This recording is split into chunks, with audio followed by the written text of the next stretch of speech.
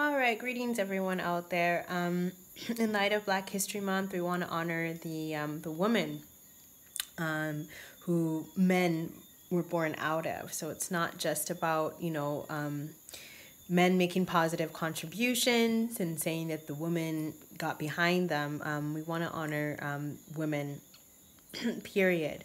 So another book that I recommend to read is I brought you first with the Black Panthers, so the male version, and this is a female version. I'll show you the book.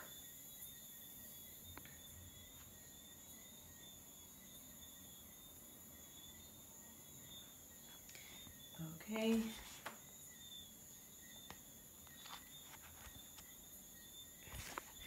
All right, so I'll read it to you. The top says Ma'at, truth, honesty, peace, complementarity, reciprocity. And the book is titled Woman in the Garvey Movement, includes reproduced essays by Mrs. Amy Jacques Garvey and my own personal writings by Nzingha Assata. Okay, and then it has the scarab beetle, regeneration back to being African. So, I just want to read a little excerpt, but I do recommend that you get a copy. Okay, and it says, it is becoming increasingly clear that African women from all corners of the globe have made major contributions towards the development and advancement of our people. What is equally, let me see if I can put it down here.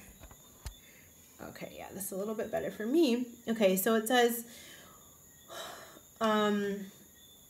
what is equally clear is how little is known about this. I sometimes wonder if this is because no one in the race thought fit to document the heroic deeds of our females. I am therefore taking on part of the responsibility for making a contribution towards correcting the errors of history through this piece of work. This book seeks to record many of the essays of Mrs. Amy Jacques Garvey. However, I will also use these pages to highlight the work of Mrs. Amy Ashwood Garvey and some of the other women who contributed to the Garvey movement earlier in the last century. Being a Garveyite myself, I'm interested in the women who made the organization what it was in its heyday. I hope that this information will bring to life the dedication, resilience, and commitment usually given to our people by African women, many of whom sacrifice themselves, their ambitions, and visions in order to support and advance our race. Whilst on a visit to Jamaica in 1996, staying with my good friend Gerline Bean, a sister whose dedication to the advancement of African people is well known, I was reading one of the books from her library titled African Women, Their Struggle for Economic Independence. I was struck by the work of one of the sisters who made the following statement, the truth of which is reflected in the lack of recognition given to the achievements of African women past and present. She said that women, if they seriously want change, will have to use strategies which antagonize men and other women. One of my favorite sister writers, Ayanna Van Sant, tells us through her work that if one seriously wants to change something, then one has got to be prepared to piss people off. This tells us about the seriousness of the task facing African women in terms of creating change in present-day practice, in race liberation work, and in the wider society. Women and men have a responsibility to change the way that females are regarded and treated within the family, race, and society. I believe that until women are prepared to take a serious stand against oppression, there will be no change, and women who do not take a stand will be undermined and marginalized. When I say, let me repeat this. I believe that until women are prepared to take a serious stand against oppression, there will be no change, and women who do take a stand will be undermined and marginalized. I'm a living sacrifice. Okay, or living example of that. When I say woman must take a stand, I am not speaking about changing one's sex, seeking to be lesbians, or negating men. I am talking about being a woman with all that this entails, and at the same time standing up for your rights to do and be whatever you want to do and be. And yes, you are entitled to the love of a brother. And brothers who cannot stand next to a strong, determined woman should view themselves as unworthy of any African woman. As Brother Kofu Klu, Pan-Africanist from Ghana, once said at a meeting in London, African men, in order to prove themselves men, must be ready and willing to defend the African nation. If they cannot do this, they are not entitled to any African woman.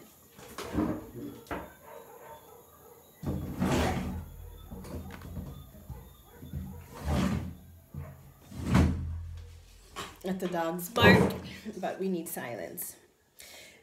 Okay, I have used the following information at a few meetings where I was asked to speak about women in the Garvey movement. It is taken from The Rebirth of African Civilization, 1993, written by our greatest ancestor, Dr. Chancellor Williams. I've included it in this book because for me, it highlights many of the issues which our women talk and write about in relation to our men, but which for some reason our men never seem to see or to understand, and yet Chancellor Williams, himself a man, understood perfectly. The African woman in our changing world, education for African women. African women are the backbone, mainstay, and main driving force in the social revolution that sweeps the continent. Like their black sisters throughout the world, the women have always been more dauntless in courage than their men in uncompromising foes in action against social injustice and oppression.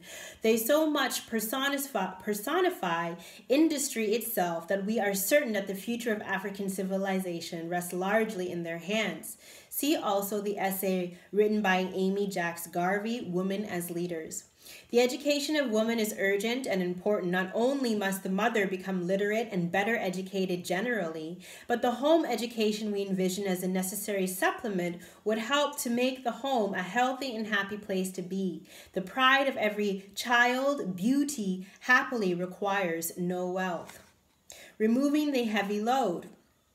All African women need is the opportunity through training to reintegrate the rapidly disintegrating family life, replacing the feelings of shame on the part of youth being educated with a feeling of pride and adding a new source of inspiration for the work of their men. The women already have almost inexhaustible resources in power, will, and courage. The other great role for African women will be in the community. Their place has never been limited to the home. They have ever been on the go, often serving as beasts of burden. The latter role as beast of burden is still too much in evidence everywhere in Africa, a role that must be brought to an end. They must be given the dignity and respect they have earned with sweat and the hardest toil without complaining.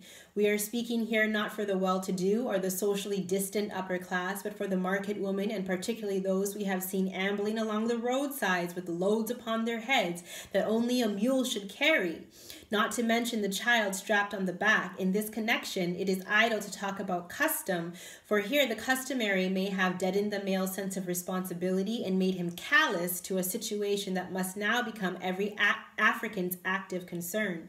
The fact that the women have borne these burdens and still remain as beautiful as any woman anywhere in the world may be due to providence, but certainly not to their men folk, nor can we account for the African woman's characteristic cleanliness, quiet charm, and queenly dignity except as providential favors. Please take note of this and process it and share it. Thank you.